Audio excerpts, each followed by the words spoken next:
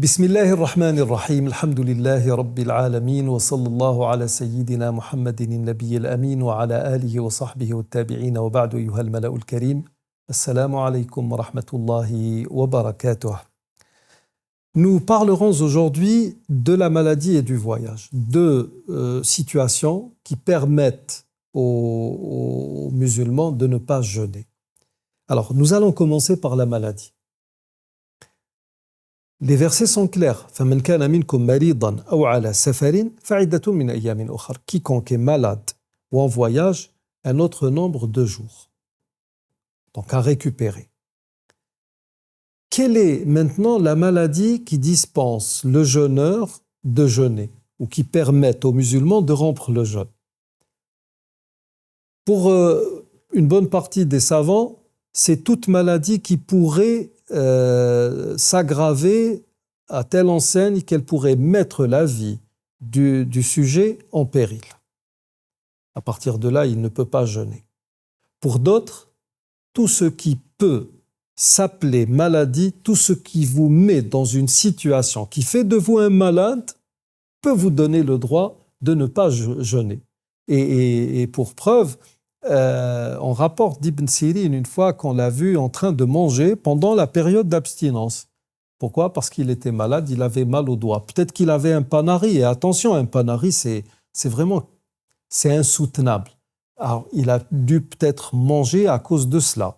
Mais en tout cas, pour une partie des savants, tout ce qui pourrait faire de vous un malade, ne serait-ce que vraiment de manière, on va dire, à peine visible, peut vous donner la possibilité de ne pas jeûner.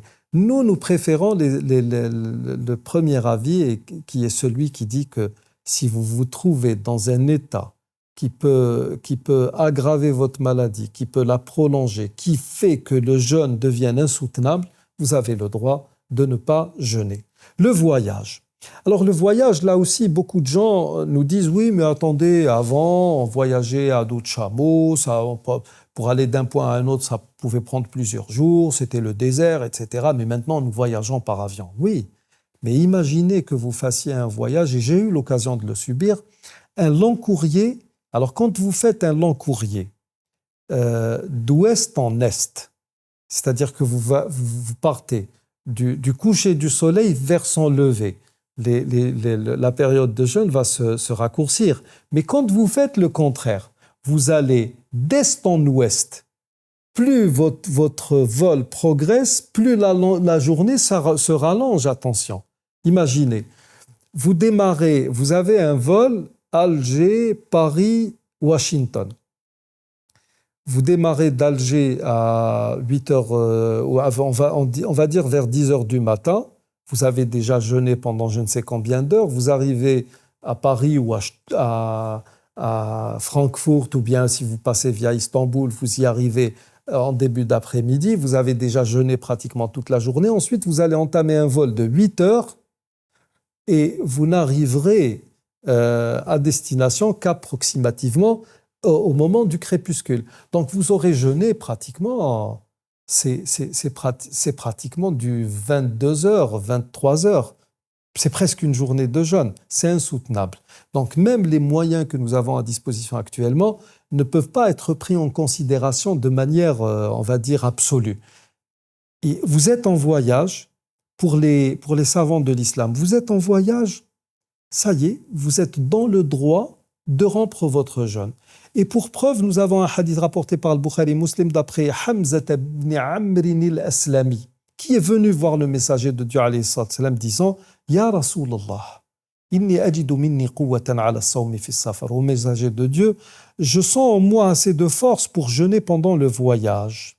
« Fahal alayya junah » قال هي رخصة من الله تعالى فمن أخذ بها فحسن ومن أحب أن يصوم فلا جناح عليه إن شئت فصم وإن شئت فأفطر. Remarquez bien ce hadith. Le messager de Dieu alayhi salam lui dit c'est une dispense de Dieu, qui l'observe c'est tant mieux pour lui, et qui préfère jeûner ne supporte aucun péché. Et dans une autre version, jeûne si tu le veux et romps le jeûne si tu le veux. قال, je me sens assez vigoureux pour jeûner. Je peux jeûner au messager de Dieu pendant le mois de Ramadan, pendant le voyage. Est-ce que je supporte un péché? هل علي جناح? Nous sommes dans une autre logique, nous musulmans du 21e siècle. Nous aurions dit au messager de Dieu,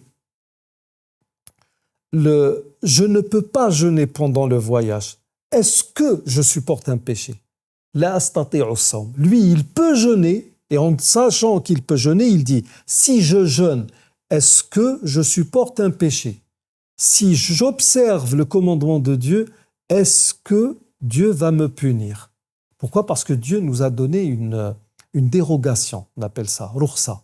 Et Dieu aime bien que l'on prenne en considération ces dérogations, tout comme il aime que l'on prenne en considération ses commandements. Donc voyez la clémence de l'islam et la logique qui était celle des sahaba. Je vais jeûner pendant le voyage. Hal alayya ithm, hal alayya junah.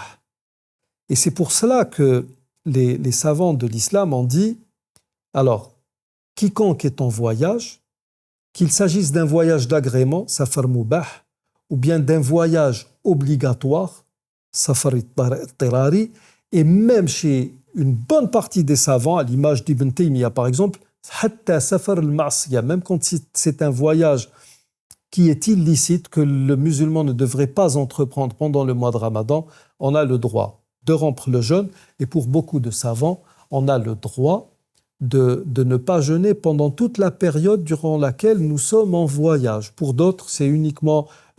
ça dépend maintenant de la prière. Est-ce que nous allons prier en abrégé écourté ou est-ce que nous allons prier normalement? Certaines écoles sont d'avis qu'il faut observer cela pendant 15 prières uniquement. Certains parlent de 17 prières. D'autres vont utiliser comme argument autant le messager de Dieu dans 15 jours ou Omar ibn Khattab quand il est allé au Sham et qui a fait cela pendant toute la... c'est-à-dire il a écourté ses prières pendant toute la période qu'a duré son voyage. Donc là, il y a des divergences. Mais ce que nous savons, c'est que, d'une part, ça revient au pouvoir discrétionnaire de la personne. C'est à vous de décider. Mais il y a un hadith du messager de Dieu, alayhi salam, qui est authentique et qui dit « Laysa min al-birri siyamu fi safar ». Il n'est pas conforme à la piété de jeûner pendant le voyage. Et Omar ibn Khattab est venu voir une fois le messager de Dieu, alayhi salam, disant « Je ne vois pas pourquoi on devrait faire ça, écourter les prières, ne pas jeûner pendant les voyages. » Et le messager de Dieu, alayhi salam, lui a dit « C'est une aumône que Dieu vous a faite, acceptez son aumône. Sadaqatun tasaddaqa Allahu biha alaykum faqbalu sadaqatah. » Donc, pendant le voyage, nous avons généralement le droit de ne pas jeûner. Généralement, étant quelqu'un qui voyage très très souvent et même pendant Ramadan, je préfère ne pas jeûner pendant le trajet uniquement. Mais une fois que j'ai pris mes marques là où je suis, je préfère jeûner. Pourquoi? Parce que le jeûne pendant le mois de Ramadan a plus de mérite que le jeûne de Ramadan qui est récupéré après Ramadan. N'oublions pas que nous sommes dans une période qui est sous la grâce de Dieu. Donc, autant profiter au maximum. Voici donc pour la maladie et le voyage. Nous arrivons au terme de l'émission d'aujourd'hui. Je vous remercie d'y avoir prêté attention. Wassalamu alaikum wa rahmatullahi wa barakatuh.